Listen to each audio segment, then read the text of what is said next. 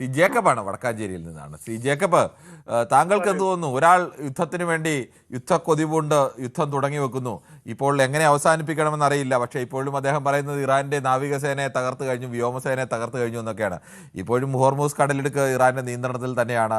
ഇപ്പോഴും ഇടയ്ക്കിടയ്ക്ക് 10,000-2,000 കിലോമീറ്റർ അകലെ കിടക്കുന്ന ഇസ്രായേലിലേക്ക് ഇറാൻ ബോംബ് മിസൈലുകൾ വർഷിക്കുകയും ചെയ്യുന്നുണ്ട്. എന്താണ് താങ്കൾക്ക് പറയാനുള്ളത്? ഞാനൊരു എക്സ് വെറ്ററൻ ഒരു ആർമി ഓഫീസറാണ്. ശരി, ആർമി ഓഫീസർ ആയിരുന്നു അതോ ഇപ്പോഴും ആണോ? ഞാനൊരു ആർമി ഓഫീസറാണ്, റിട്ടയർഡ് ആയ വെറ്ററനാണ്. ഓക്കെ. അപ്പൊ എനിക്ക് എന്റെ പരിചയ സമ്പന്നം വെച്ചിട്ട് നോക്കുമ്പോൾ ഒരു രാജ്യത്തിനെയും നമ്മൾ അണ്ടർ എസ്റ്റിമേറ്റ് ചെയ്യാൻ പാടില്ല. ഒന്നാമത്തെ കാര്യം. രണ്ടാമത്തെ കാര്യം, നമ്മുടെ രാജ്യത്തിന് യാതൊരു സ്റ്റാൻഡും ഇതുവരെ എടുത്തിട്ടില്ല. ഏത് ഇറാന്റെ സൈഡിലോ അല്ലെങ്കിൽ അമേരിക്കയുടെ സൈഡിലോ എടുത്തിട്ടില്ല. നമ്മൾ ന്യൂട്രലായിട്ട് കളിക്കുകയാണ്. നമ്മളെ പൊളിറ്റിക്കൽ നമ്മുടെ ഗോൾ മാത്രം നോക്കുന്നുള്ളൂ. പക്ഷെ ഇതിനകത്ത് പിന്നീട് ഉണ്ടാവുന്ന ബുദ്ധിമുട്ടുകൾ നമ്മൾ നോക്കിയിട്ട് നമ്മൾ ഒരു സ്റ്റെപ്പ് എടുക്കുന്നില്ല. നമ്മൾ ശരിക്കും ഒന്നോലോ ശരി എന്താണ് അല്ലെങ്കിൽ തെറ്റെന്താണെന്ന് ആദ്യം പറയേണ്ടതായിരുന്നു. അങ്ങനെ ഒരു ഗവൺമെന്റ് ഇപ്പം നമ്മുടെ അടുത്തില്ല. അവർ പറയുന്നത് ഇതാണ് ഡിപ്ലോമാറ്റിക്കൽ മൂവ് എപ്പോഴും സക്സസ് ആയിരിക്കണമെന്ന് അല്ല. ഡിപ്ലോമാറ്റിക് മൂവ് എന്നൊക്കെ പലപ്പോഴും പറയപ്പെടും. ശ്രീ ജേക്കബ്, യഥാർത്ഥത്തിൽ ഇത് ഇന്ത്യൻ സാമ്പത്തിക വ്യവസ്ഥയടക്കം നേരിട്ട് ബാധിക്കുന്നു. എന്തിന് ഇന്ത്യയിലെ ഏറ്റവും സാധാരണക്കാരായ മനുഷ്യരുടെ അടുക്കളയടക്കം ഇത് ബാധിച്ചു കഴിഞ്ഞു. പുറത്തിറങ്ങിയാൽ ചെറിയ ചായക്കടകളൊക്കെ അടച്ചു പോകുന്ന അവസ്ഥയാണ്. വലിയ തുകയ്ക്ക് പണം ഇത് വാങ്ങാൻ കഴിയുന്നവർ മാത്രമേ ഇപ്പോഴും കടകളായി തുടരുന്നുള്ളൂ. ഇതിപ്പോ നമ്മൾ കമേഴ്ഷ്യൽ ആയിട്ട് പറയുന്നു. ഇപ്പൊ ഈ ഡിഫൻസിന്റെ ഉള്ളിൽ എടുത്താൽ പോലും നമ്മളെ അവിടെയുള്ള വണ്ടികൾ ഓടണമെങ്കിലും പെട്രോളും ഡീസലൊക്കെ വേണം. ഒരു ആർമഡിന്റെ ഒരു ടാങ്ക് മൂവ് ചെയ്യണമെങ്കിൽ ഒന്ന് സ്റ്റാർട്ട് ചെയ്യണമെങ്കിൽ 50 ലിറ്റർ ഡീസൽ വേണം. ഈ 50 ലിറ്റർ ഡീസൽ മേടിക്കാൻ പഴയ വിലക്ക് ഇപ്പൊ കിട്ടില്ല. അത് ഇനിയിപ്പോ ഇത് ചെരിഞ്ഞ് നമ്മളായിട്ട് അതിൽ ഇൻവോൾവ്മെന്റ് വരുമ്പോ നമ്മുടെ അടുത്ത് അതിനുള്ള സ്റ്റോക്കുകളൊന്നും ഇല്ല. നമ്മുടെ അടുത്ത് 4-5 ദിവസം ഒരു വാർ സ്റ്റാർട്ട് ചെയ്ത് കഴിഞ്ഞാൽ നമ്മുടെ അടുത്ത് ആംസും ഇല്ല, ആമിനേഷനും ഇല്ല. അങ്ങനത്തെ ഒരു രീതിയിലായിരുന്നു. ലോജിസ്റ്റിക് പോലും ഉണ്ടാവില്ല. പിന്നെ പല കാര്യങ്ങളും നമ്മൾ ചെക്ക് ലിസ്റ്റ് ഉണ്ടാക്കുന്നില്ല. ഒരാവശ്യം വരുമ്പോൾ മാത്രമേ നമ്മൾ ചെക്ക് ലിസ്റ്റ് ഉണ്ടാക്കുന്നുള്ളൂ. അപ്പൊ പല കാര്യങ്ങളും ആ സമയത്ത് ഡിഫോൾട്ട് ആയിട്ട് കാണും. ഇപ്പൊ നമ്മൾ തന്നെ ഇപ്പൊ ഒരു ഹോട്ടലിൽ പവർ സപ്ലൈ ഉണ്ട്. കറണ്ട് പോയാൽ പവർ സപ്ലൈ വരും. അവരെ പവർ ബാങ്ക് തുറക്കുന്നു പറയും, ജനറേറ്റർ. പക്ഷെ വാസ്തവത്തിൽ ഒരു ജനറേറ്റർ സ്റ്റാർട്ട് ചെയ്ത് കഴിഞ്ഞാൽ അത് ലോഡ് വലിക്കുമോ? ഇല്ല. അത് എല്ലാ കാലത്തും അതിന് വീഴ്ചകളായിരിക്കും. ഒന്നോളാ ജനറേറ്റർ സ്റ്റാർട്ട് ചെയ്യില്ല, അല്ലെങ്കിൽ അതിനകത്ത് ഡീസൽ ഉണ്ടാവില്ല, അല്ലെങ്കിൽ അതിനകത്ത് സപ്ലൈ ഉണ്ടാവില്ല. ഇതേ സ്ഥിതി തന്നെ എല്ലാ സ്ഥലത്തും. നമ്മളിതെല്ലാം ഒരു ഡെമോ പോലെ വെച്ചിരിക്കുകയാണ്. നമ്മളതിനെ എക്സസൈസ് ചെയ്യുന്നില്ല. നമ്മൾ ഡേ ടു ഡേ എക്സസൈസ് ചെയ്യാതെ നമ്മൾ വെറുതെ ചെക്ക് ലിസ്റ്റ് ഉണ്ടാക്കി വെച്ചിരിക്കുകയാണ്. ഞങ്ങളുടെ അടുത്ത് ഇത്രയുണ്ട്, ഞങ്ങളുടെ അടുത്ത് ഇത്രയുണ്ട്. പിന്നെ ഈ യുദ്ധത്തിനെ സംബന്ധിച്ച് പറയുകയാണെങ്കിൽ ഇതിപ്പോ നമ്മളെ ബാധിക്കില്ല എന്നാണ് നമ്മൾ സ്വാഭാവികമായിട്ട് വിചാരിക്കുന്നത്. പക്ഷെ ഇത് 100% നമ്മളെ ബാധിക്കും. 100% നമ്മളെ ബാധിക്കും.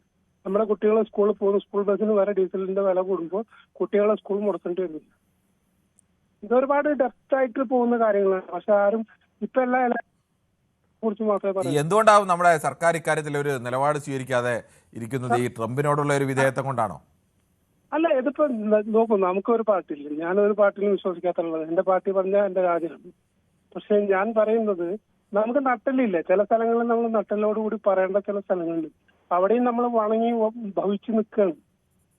മറ്റുള്ളവരെന്ത് പറയും, മറ്റുള്ളവരെന്ത് വിചാരിക്കും, അല്ലെങ്കിൽ അവരെ ഫണ്ട് പോവും, അല്ലെങ്കിൽ ഇവരുടെ PR-ന്റെ റേറ്റിംഗ് കുറയും, അല്ലെങ്കിൽ ഷോൾഡറിൽ തട്ടുന്ന ആ തട്ട് കുറയും. ഇതൊക്കെ അതിലൊന്നും കാര്യമില്ല. അതൊക്കെ അവർ സമയം വരുമ്പോൾ അവർ ഇംഗ്ലീഷുകാരാണ്, അവർ യൂറോപ്യൻസ്, US-കാര്. അവരൊക്കെ അവരുടെ സമയം വരുമ്പോൾ അവർ വിട്ടിട്ട് പോകും. അവരൊന്നും ആർക്കും വേണ്ടി നിൽക്കില്ല, സ്റ്റാൻഡ് ബൈ ആവില്ല. അവർക്ക് വലുത് അവരുടെ രാജ്യം. പക്ഷെ നമുക്ക് നമ്മുടെ രാജ്യമല്ല വലുത്. നമുക്ക് വോട്ട് ബാങ്ക്, മറ്റത് കുറെ നാടകങ്ങളാണ് നമുക്ക് വേണ്ടത്. അതാണ് എനിക്ക് പറയാനുള്ളത്. നമ്മൾ സ്റ്റാൻഡ് ആവണം. നമ്മൾ സ്റ്റാൻഡ് എന്തുകൊണ്ടാവണില്ല?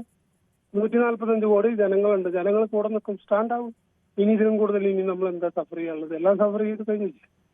നമ്മളെ എല്ലാ സമയത്തും പരീക്ഷിക്കുമ്പോൾ നമ്മൾ ആ പരീക്ഷണങ്ങൾക്ക് നിന്നിട്ട് നമ്മൾ ഒരു കിലോമീറ്റർ പോലും ഉള്ളിലേക്ക് പോകാതെ തിരിച്ചു വരിക. നമ്മൾ പറയുന്നത് ഇത് ആഭിത്യ മര്യാദയാണ്, നമ്മൾ ഉള്ളിലേക്ക് പോവില്ല. അവരായിട്ട് വന്നവരെ നമ്മൾ ഓടിപ്പിക്കണം. എന്തിനു ഓടിപ്പിക്കണം? അവര് നമ്മുടെ ഉള്ളിൽ വന്നിരുന്നിട്ട് കിലോമീറ്റർ ഉള്ളിൽ വന്നിട്ട് ഇരുന്നിട്ട് നമ്മളെ ആളുകളെ കൊല്ലുമ്പോൾ നമ്മൾ എന്തിനാ അത് കണ്ടിട്ടിരിക്കണം? നമ്മളെ ഉള്ളിൽ കയറിയിട്ട് അടിക്കണം. അപ്പോഴല്ലേ വിവരം മനസ്സിലാവും. അല്ലാതെ നമ്മൾ ശ്രീ സാജു ജോൺ ആണ്, തേവലക്കരയിൽ നിന്നാണ് വിളിക്കുന്നത്. ശ്രീ സാജു ജോൺ, താങ്കൾക്ക് എന്ത് തോന്നുന്നു?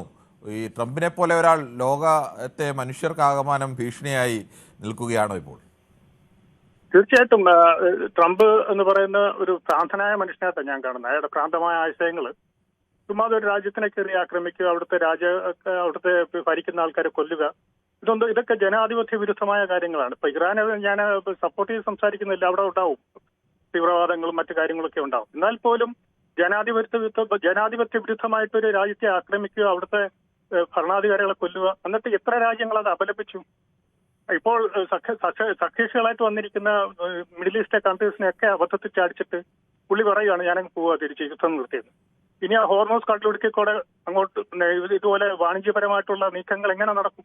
ഇത് വെറും ഭ്രാന്തമായ ആശയമാണ്. അത് ഒരു രാജ്യത്തിന്റെ പേരിൽ പുള്ളി നടപ്പാക്കാൻ ശ്രമിക്കുന്നത് വളരെ ജനാധിപത്യ വിരുദ്ധമായ ഒരു കാര്യമാണ്. അതാണ് എൻ്റെ ഒരു അഭിപ്രായം. ശരി, താങ്കളുടെ അഭിപ്രായം വളരെ വ്യക്തമാണ് ശ്രീ സാജു ജോൺ. നമുക്ക് മറ്റൊരു പ്രേക്ഷകൻ കൂടിയുണ്ട്, ശ്രീ. കൂടുതൽ വാർത്തകൾക്ക് news 18 Keralam YouTube channel subscribe ചെയ്യുക.